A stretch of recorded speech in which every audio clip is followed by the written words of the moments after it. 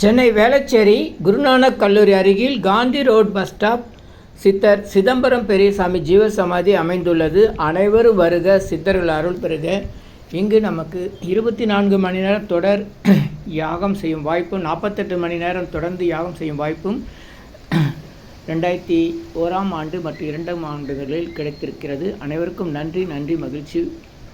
சித்தர் சிதம்பரம் பெரியசாமி ஜீவசமாதி 166ஆம் ஆண்டு குரு பூஜை.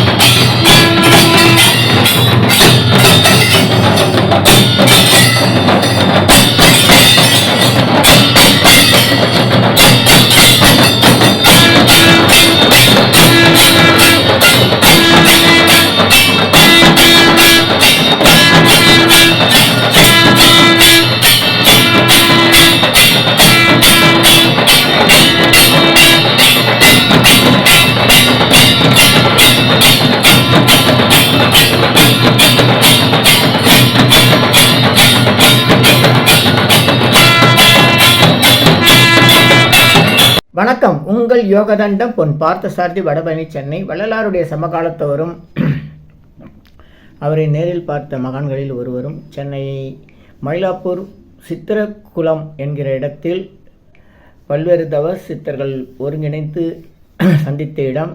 அங்கு இருக்கும் மயிலாப்பூர் குழந்தைவேல் சாமி, திருப்பூரூர் பொன்னம்பல சாமி, நம்ம வள்ளலார் மற்றும் சிதம்பரம் பெரியசாமி மற்றும் பல்வேறு சித்தர்கள் ஒன்றாக கூடி தவம் செய்த இடம், உரையாடிய இடம்.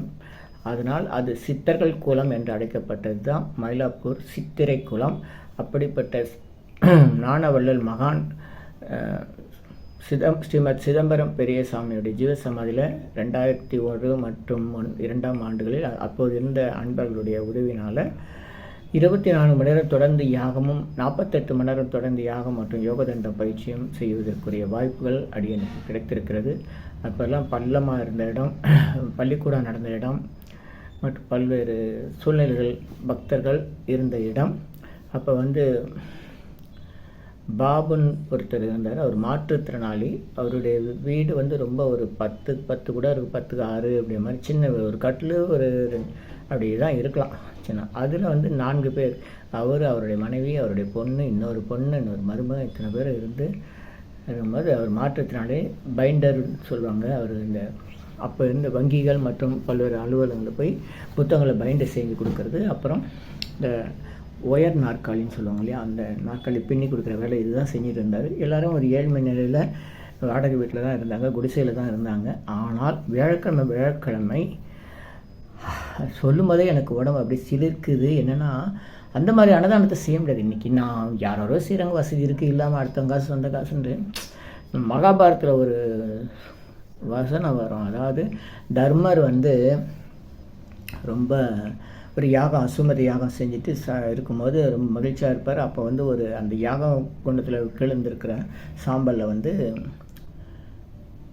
ஒரு கீரி பரண்டு இருக்கும். அந்த கீரியினுடைய பாதி உடம்பு தங்கமாக இருக்கும், தங்க வண்ணத்தில். மீதி உடம்பு சாதாரணமாக இருக்கும். அப்போ அது பரண்டுட்டு ஒன்றும் ஆகாமல் அப்படியே தான் இருக்கும். அது ஒரு சலிப்பாக சொல்லும். அப்போ தர்மர் என்னத்துக்கு நீ இதில் விழுந்து பரண்ட, உன் உடம்பு பாதி தங்கமாக இருக்கும், மீதி தங்கமாக இல்லை, என்ன விஷயம்னு கேட்கும்போது தான் சொல்லுவார், நீங்கள் இவ்வளோ பெரிய அசுமத யாகம் பண்ணிருக்கீங்களா, என் உடம்பு ஏற்கனவே பாதி தங்கமாக இருக்குது, மீதி இந்த யாகத்தில் நீங்கள் என்னென்னவோ ஆனால் நல்லா பண்ணிக்க, உங்கள் பேரே தர்மர்னு இருக்குது, இந்த இடத்துல நான் இந்த சாம்பலில் விழுந்து போகிறேன்டா, எனக்கு ஏதாவது மீதி உடம்பு தங்கமாகுதுன்றக்கா பார்க்கறது வந்தேன், என்ன விஷயம்னு அவர் கேட்கும்போது தான், ஒருத்தர் வீட்டில் ரொம்ப ஏழ்மையாக இருந்திருக்காங்க. அப்போ ஏழ்மையாக இருக்கும்போது அவங்களுக்கு சாப்பாட்டுக்கு ஒன்றுமே இல்லை. அப்போ இந்த கண்ணு முன்னாடி இந்த செடி, இந்த விளையக்கூடிய இந்த பிடி அரிசி மாவு, புட்டு மாவு, அது ஒரு பிடி தான் இருக்குது மொத்தமே. அந்த ஒரு பிடி மாவு ஒரு குடும்பத்தில் இருக்க ஒரு 5-6 பேர் சாப்பிடணும், குழந்தைங்க பெரியவங்க அப்படின்னு இருக்கும்போது, அப்போ அங்கே பசிக்குதுன்னு சொல்லி ஒருத்தர் வராரு. குடும்பமாச்சே யாருன்னா கொடுப்பாங்க. இப்போ இல்லறத்தான் கடமைன்னா என்னன்றதே இதையும் சேர்த்து சொல்லணும். இல்லறத்தான் தான் சம்பாதிச்சு சாப்பிட்றதுக்காக தான் இல்லறம் நடக்குது. ஆனால் அதோட தன்னை சுற்றி இருக்கக்கூடியவர்கள், நண்பர்கள், எதிர் வீட்டுக்காரன், பக்கத்து வீட்டுக்காரங்கள்லாம் சாப்பிட்டாங்களா இல்லையா, அவங்களுக்கு என்ன பிரச்சனைன்றது தான் சுத்தமும் நட்பும் வாழ வாழ்த்துங்கள்னு சொல்கிற திருமணத்தில் வாழ்த்து சொல்கிறோமே, அதுக்கு நாம் ஏற்ற மாதிரி இந்த சுத்தமும் நட்போடு சேர்ந்து வாழ்ந்துருக்கணும். அந்த மாதிரி அவங்களுக்கு என்ன பிரச்சனை, நமக்கு என்ன பிரச்சனை, அவங்க ஒருத்தர் வாழ்ந்து வளர்க்குறது, நம்ம வீட்டில் செஞ்ச உணவை அடுத்தவங்களுக்கு கொடுக்கறது, திரும்ப அவங்ககிட்ட வாங்கி வர்றது, இந்த மாதிரி வழக்கம்லாம் இப்போ சென்னையில் இல்லை, மற்ற பகுதியில் இருக்கான்னு தெரியாது. அது ஒரு சந்தோஷமாக காலம். எப்படின்னா ஒரு 70 அந்த காலத்துலலாம் நம்ம வீட்டில் சோறாக்கிட்டு அடுத்த வீட்டில் போய் குழம்பு வாங்கிட்டு, அதில் ஒன்றும் கிடையாது. நம்ம வீட்டில் குழம்பு வச்சு நாங்கள் இன்றைக்கி எங்கள் வீட்டில் ஸ்பெஷல் குழம்பு இல்லை, சாதாரண குழம்பே இல்லை, ரசம் தான் இருக்குது, உங்கள் வீட்டில் என்ன இருக்குது, அது கூட நாளைக்கு தான். இந்த ஒரு அந்யோன்யமாக, அது ஒரு அன்பாக, இரவல் கிடையாது, உரிமையாக. அவங்க யாரோ எந்த ஜாதியோ எந்த இதோ அப்படி இருப்பாங்க. அது எதுக்காக நான் ஜாதியை பற்றி சொல்கிறேன்னா, அப்படி ஒரு அந்யோன்யமாக சொந்தக்காரங்களும் தெரிஞ்சவங்களும் கிடையாது, பக்கத்து வீடு, அவ்வளோதான். பழக்கத்தின் காரணமாக அவங்க திடீர்னு வீடு காரியம் பண்ணிப்பாங்க, நம்ம போவோம் வருவோம், அந்த மாதிரி ஒரு அந்யோன்யமான வாழ்ந்த காலங்கள் இருந்தது. அவசரத்துக்கு காப்பி இல்லையா, காப்பி தூள் இல்லையா, இது எல்லாமே மிளகாத்தூள் இல்லையா, சாம்பார் தூள் இல்லையா, அப்படியெல்லாம் கொடுத்து வாங்கிட்டு இருந்த காலகட்டங்கள். திடீர்னு நம்ம வெளியூர் போயிட்டோம் வரோம் அப்படின்னாக்கா, குழாயில் தண்ணி வந்திருக்காது, அவங்க வீட்டில் போய் தண்ணி ஒரு குடம் தண்ணி வாங்கிட்டு நம்ம வீட்டில் வச்சு குடித்தது, இது பண்ணுது, கிணத்துல தண்ணி எடுத்து வச்சு, அதெல்லாம் ஒரு காலங்கள் போச்சு. இப்போ எல்லாமே நீ உண்டு நான் உண்டு நான் மட்டுமே உண்டுன்ற அளவுக்கு சுருங்கிட்டோம். இதில் எங்கே இந்த சுற்றம் நட்போம். அப்போ அந்த குடும்பத்தில், அந்த இல்லறத்தானுடைய குடும்பம் எல்லாருக்குமே என்ன பண்ணால், தான் மட்டும் உழைத்து சம்பாதிச்சு சாப்பிடாம தன்னை சுற்றி இருக்கிறவர்களுக்கு மொத்தமாக கவனிக்கணும். இப்படி ஒருத்தரும் கவனிச்சுக்கிட்டே இருந்தால் உலகம் நல்லாயிருக்கும். புதுசாக அன்னதானம் பண்ணணும், அதை பண்ணணுன்றதுமே இல்லாமல் இதை குடும்ப கடமை, இல்லறத்தானுடைய கடமை அப்படின்னு சொன்னாங்க. அதனால் அதை கடமையை செய், பலனை எதிர்பாராது. இது உன் கடமை, நான் 4 பேருக்கு சோறு பட்டனே பசியில் இருக்கணும்னு எல்லாம் நினைக்கக்கூடாது. அந்த மாதிரி அதை கடமையாக செஞ்சாங்க. அந்த இல்லற கடமை இன்றைக்கி இல்லை. அப்போ அந்த கதையில் மகாபாரத்தில் வர குடும்பத்தில் இருக்க ரொம்ப ஏழை, சாப்பாடு இல்லாமல் ஒரு பிடி மாவு, ஏதோ மாவு, அரிசி மாவு, கோதுமை மாவு சாப்பிட்றது இருக்குது. அந்த பச்சை மாவை சாப்பிடணும் அப்படின்னும் போது, அப்போ ஒருத்தர் பசின்னு கேட்குறான். அவருக்கு அந்த என்ன சொல்கிறது, அந்த மாவை ஒவ்வொருத்தரும் தனக்குன்னு இருக்கிறத தன்னுடைய பங்கு எல்லாருக்கும் கொடுத்துறாங்க. கடைசியாக அந்த குழந்தை கூட கொடுத்துருது. அப்படி கொடுக்கும்போது அதை வாங்கி சாப்பிட்றாருல, அவர் வாங்கி சாப்பிடும்போது அந்த கீழே கொஞ்சம் மாவு செதறுது. அப்போ அந்த பக்கம் கீரி தெரியாதனமாக அந்த மாவு மேலே பிறண்டுருச்சு. பிறண்ட உடனே அதனுடைய பாதி உடம்பு பிறண்டு எந்திரிச்சதுனால பாதி உடம்பு தங்கமாகிடுச்சு, தங்க வண்ணத்தில். அப்போ இப்போ மீதி உடம்பு தங்கமாகணும்னா இவங்களை போல் ஒரு தான தர்மம் உண்மையாக தான் வறுமையில், பசியில், பட்னியில் பரிதவித்தாலும் அடுத்தவங்ககிட்ட நன்கொடை வாங்கி அன்னதானம் செய்யாமல் யாருக்கும் பிச்சை போடாமல் தன் சொந்த பணத்தில் உழைச்ச அந்த கொஞ்சோண்டு பொருளை கொடுத்த அந்த தானம் எவ்வளோ சிறப்பானதுன்றதுக்கு அந்த சம்பவம் சொல்லுவாங்க. அப்போது அந்த கீரி வந்து அந்த தர்ம மகாபாரத்தில் பெரிய அளவில் பேசப்படுகிற அந்த தர்மருடைய அஸ்வமேத யாகத்தில் வந்து அது பங்கு கொண்டு அந்த சாம்பல்லையோ அந்த உணவுலையோ விழுந்து போகிறலாம் ஒன்றுமே ஆகாது. அப்போ நீ இவ்வளோ தூரம் செஞ்சு அதெல்லாம் வீண், நீ மன்னன் மட்டும் எல்லா வசதி இருக்குது, நீ போட்டு எல்லாத்தையும் விரயமாக்கி இருக்க தவிர ஒன்றும் இல்லை அப்படின்ற மாதிரி அந்த தத்துவத்தை அங்கே இருக்குது. உண்மையாக நம்மளால் என்ன முடியுமோ அதை முகம் சுளிக்காமல் வருத்தப்படாமல் செய்யணும். இப்போ இது எதுக்கு சொன்னேன்னா, இந்த பைண்டர் பாபுன்ற ஒரு அன்பர் வயதானவர் மாற்றுத்திறனாளி, அதுதான் முக்கியம். அவங்களே வறுமையில் இருக்காங்க. ஒவ்வொருத்தரும் வேலைக்கு போனால் தான் சம்பாதிக்க முடியும், சாப்பிட முடியும். வீடே சின்ன வீடு, ஒரு குடிசை, அதில் ஒரு கட்டில் தான் போட்டிருப்பாங்க. அதுக்குள்ளே தான் சாமான்லாம் வச்சுக்கணும், எல்லாம் படுக்கணும், தூங்கணும். அப்படி இருக்கும்போது அவங்க வந்து வேழக்கிழமை மாலை நேரத்தில் இட்லி அன்னதானம் நடக்கிறதா தான் இது. நீங்கள் எவ்வளோ வசதி இருந்தாலும் ஆளுக்கு 4 இட்லின்னு கொடுத்தீங்கன்னா பாருங்கள், எனக்கு இன்னும் 2 கொடுன்னு கேட்டானா அவனுக்கு என்ன செய்வீங்க? இல்லைன்னு சொல்லுவீங்களா? கொடுக்க மாட்டேனுங்களா? இட்லி சுட இட்லி வேழக்கிழமை சாயந்தரம். அதுக்கப்புறம் வந்து அந்த சட்னி சாம்பார் இதெல்லாம் அவங்களே தயார் பண்ணி வீட்டில் கிரைண்டர் வச்சு அரைச்சி இட்லியை வேக வச்சு கொஞ்சம் தள்ளி இருக்கிறாங்க வீடு, ஒரு 100 மீட்ரு 200 மீட்ரு அங்கேருந்து ஏதாச்சும் வண்டி வச்சு எடுத்துகிட்டு வரணும். இவர் மாற்றுத்திறனாளி அந்த இப்படி கையில் சக்கரை மாதிரி 3 சக்கரை வண்டி இருக்கும், சைக்கிள் 3 சக்கரை வண்டி அப்படி கையில் சுற்றுறது. அந்த வண்டியில் தான் அவர் வருவார். அந்த இடுப்பு கைக்கெல்லாம் அந்த கட்டை தாங்குகிற கட்டை ஊன்றுகோல் வச்சு தான் அவர் நடந்து வர முடியும். அப்படிப்பட்டவர் குடும்பத்தோடு வந்து அன்னதானம் செஞ்சாங்க பாருங்கள். நான் உலகம் முழுக்க சரி மன்னிக்கும் இந்தியா முழுக்க சுற்றிருக்கேன். எத்தனையோ பசி பட்டினியில் நான் கடந்திருக்கேன். எனக்கு எத்தனையோ பேர் சாப்பாடு வாங்கி கொடுத்துருக்காங்க. எத்தனையோ அன்னதானங்களில் பங்கு கொண்டிருக்கேன். ஏதோ என்னால் முடிஞ்சதை நான் அன்னதானம் செஞ்சுருக்கேன், நண்பர்களோடு சேர்ந்து செஞ்சுருக்கேன். எதுக்குமே இணை அந்த ஒரு அன்பர் செஞ்ச அன்னதானத்துக்கு இணையாகாது. அது சொல்லணும்னா மகாபாரத்தில் வர தர்மரை தான் இணைக்கு சொல்லணும், அந்த வரலாற்றோட சொல்லணும். அந்த குடும்பத்தில் அந்த ஏழை செய்த அந்த அன்னதானத்தில் அந்த கீரிக்கு உடம்பு பார்த்தாங்க மச்சு அந்த மாதிரி இருக்குது. இந்த மாதிரி அன்பர்கள்லாம் வாழ்ந்த இடம். அப்போல்லாம் காலியாக இருக்கும். சித்த சமாதிலாம் யாருக்கும் தெரியாது. இதெல்லாம் 2001, 2, 3 காலகட்டங்களில். இப்போ நிலைமை மாறி போச்சு. பல்வேறு வளர்ச்சிகள் வந்திருக்கு, பல்வேறு சூழ்நிலைகள் இருக்குது. அதுக்குள்ளே சாமியோடைய சீடர் லக்ஷ்மி அம்மான்னு அம்மா சாமியோட சீடர்னு சொல்ல முடியாது, சாமிக்கு தொண்டு செஞ்சவங்க ஒரு அம்மா சமாதி இருக்குது. அதை மறைச்சிட்டாங்கன்னு நினைக்கிறேன், சரியாக விவரம் இல்லை. அங்கே லக்ஷ்மி சன்னதின்னு போட்டிருப்பாங்க. அது வந்து லக்ஷ்மி சன்னதி கிடையாது, லக்ஷ்மி என்ற ஒரு அம்மா தொண்டு செய்த அம்மாவுடைய சமாதி. அதனால் நீங்கள் அது போகும்போது எப்போயாச்சும் போனீங்கன்னா அதெல்லாம் தெரிஞ்சுக்கிட்டு பாருங்கள்.